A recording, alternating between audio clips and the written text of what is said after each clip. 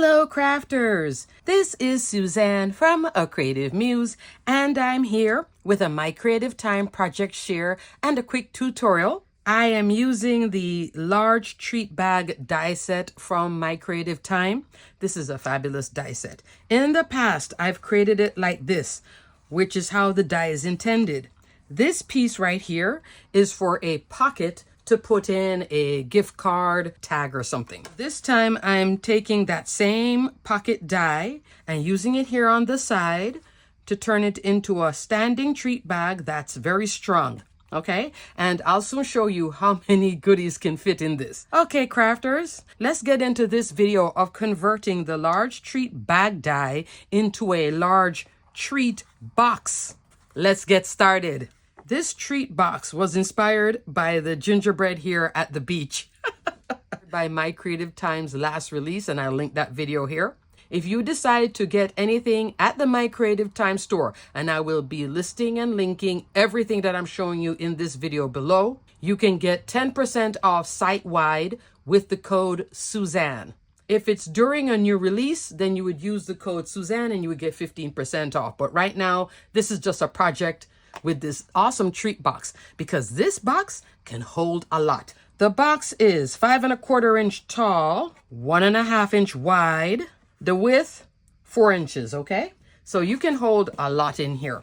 Coming back to this though, so let me talk about that real quick. I had made this for the last release and it's a little gingerbread at the beach. Let me show you the dies that I used. I had this whole ensemble done. I didn't know where to put it. Now I found a place to put it. Then next thing I know, I'm making a treat box. And then the treat box is awesome. So it's like one thing led into another. Happy accident. For the face, I'm using small and medium ginger faces. This is the medium ginger you're seeing here. The body is Sweet Gingerbread Companion dies. There's another set too. I'll link that one below. Sweet Ginger Person. For the ginger at the beach, it is the Beach Ginger 2 dies. The beach blanket. Here is the bikini that she's wearing. This is swim trunks for the boy. You get a beach ball and sunglasses. Also in her hand, she's holding an ice cream cone. It's from the ice cream and snow cone stamp and die set. For this sentiment that says enjoy, I'm using gift card greeting stamp and die set. I cut out enjoy and then use the smallest die. It does come with the 3 dies. The flower up here, I'm using the daisy dies. These 2 plus that one to layer up and make that daisy. Her beach hat. So you can see I'm using the My Creative Time stash. This is from the Garden Gingers 2 dies. I have the hat right here. Using some nice little polka dot cardstock. The pattern paper you're seeing here, that comes from the Dots, Flowers, and Solids 6x6 paper pack. I'm using the rainbow sheet. So it was nice to have the rainbow to go with the blended rainbow. This is what was holding me back from finishing the project before. I think with this paper pad, with that awesome rainbow image with the flowers, you could also use the polka dots too. That helped me to bring it all together. Finished it off with some gems. So that's the topper here. The large treat bag dies. This will fit in your standard die cut machine. The full length of it is 6 5/8 of an inch tall. That's a little bit over 6.5. And then that width was 4 inches wide. It does have this little piece to do the handle. You can use a bow here or Velcro to hold it together if you want to keep it open like this. So there's this option too. You could put all sorts of goodies in that. But now I have it like this. So let me show you what you can fit in this. 2 bottles of gel nail polish, mascara, lipstick, lip gloss. It's holding all of that. With weight, I am using Basil cardstock. This is 80-pound cardstock. If you use 120-pound cardstock, it's going to be stiff for the creases and then it might start cracking. So at 80-pound, good sturdy 80-pound cardstock like Basil, it's working very well. Let me show you what else this can hold. Here's a small die set. The foliage dies at My Creative Time. You could put in some of your sprays like so. These are like distress sprays. And it's holding. See how much it's holding? You're only limited by this distance here, 1.5 inch. The height, you can always use tissue and fill it up. Let's use a bigger bottle. This is a 2-ounce bottle. Fits right in. And you can store even more of these type of bottles. You could fit 3 of them actually. Look at that. Isn't that fabulous? And it's so sturdy because it does fold twice on the bottom. let's put in more stuff. 2 packs of blending brushes. There we go. And that collage medium. So you could fill this with a lot of candy too, cookies. Look at this big roll of ribbon. Wouldn't that be a nice gift at a crop? This box is holding 4 refill inks. So it can hold a box within it. Look at that. See, isn't that fabulous?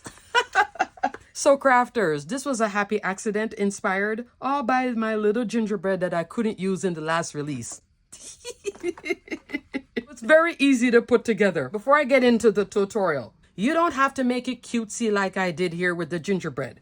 This little layering die, this matting layer, you can take your fancy pattern paper, Christmas in July, pop it here, and then have that background. So this is a nice piece with that layering. You could use this too on the side, and you could also layer the back. Right now with all these layers, it does have weight to come towards the front, but the base is wide enough that it's not going to tip. Once you fill it with everything too, it's definitely not going anywhere. So this can be put at somebody's desk, put for your kids as a surprise. You could also use this pocket on the inside in here and then stick a gift card like so in the back and still put more things.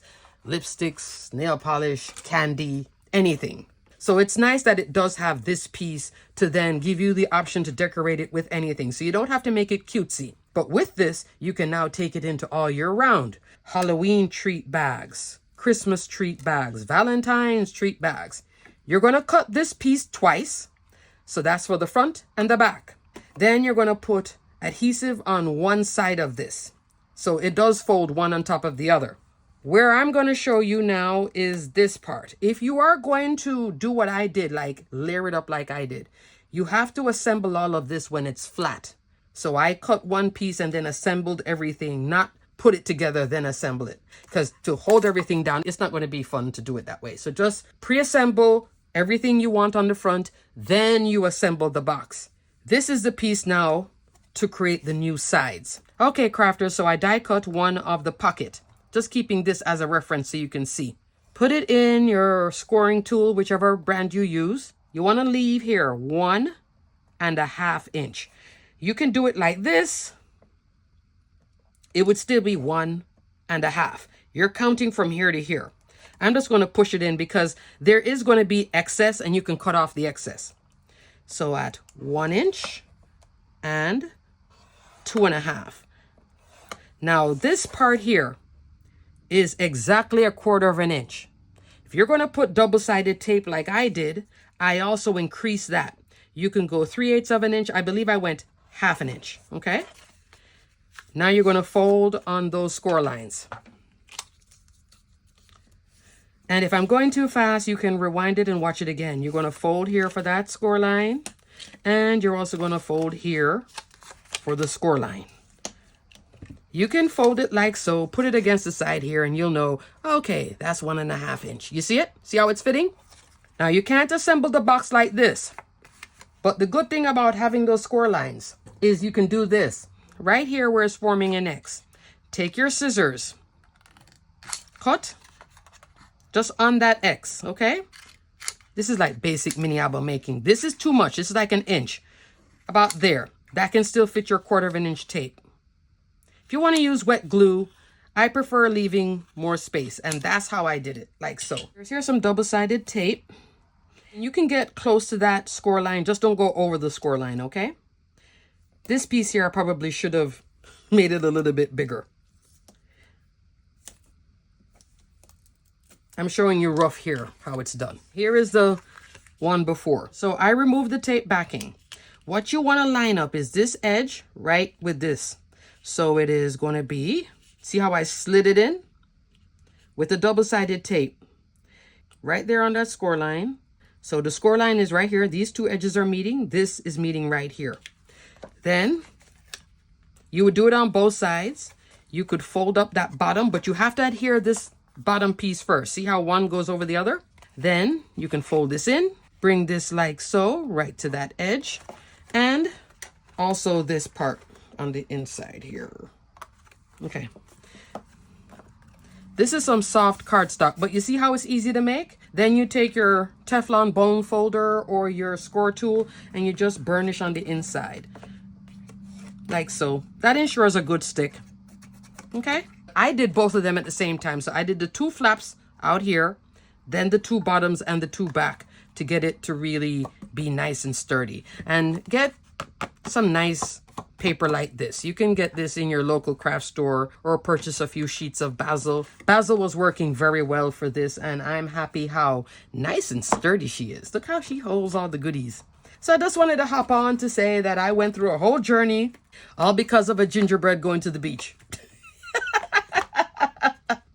But I'm liking it as this big treat bag. I think this is adorable. But you can put more serious pattern paper here, stick on some die cuts, maybe some other dies at mycreativetime. She has some really nice coffee and tea die sets too that can work with stamps. That can also work to fill this up with little tea bags and things like that. In summary, there's lots of opportunity to convert the large treat bag into a nice large treat box. Okay, crafters, everything will be detailed and linked below. Remember, you'll get 10% off site-wide with the code Suzanne. So until the next video, stay crafty, my friends. Bye!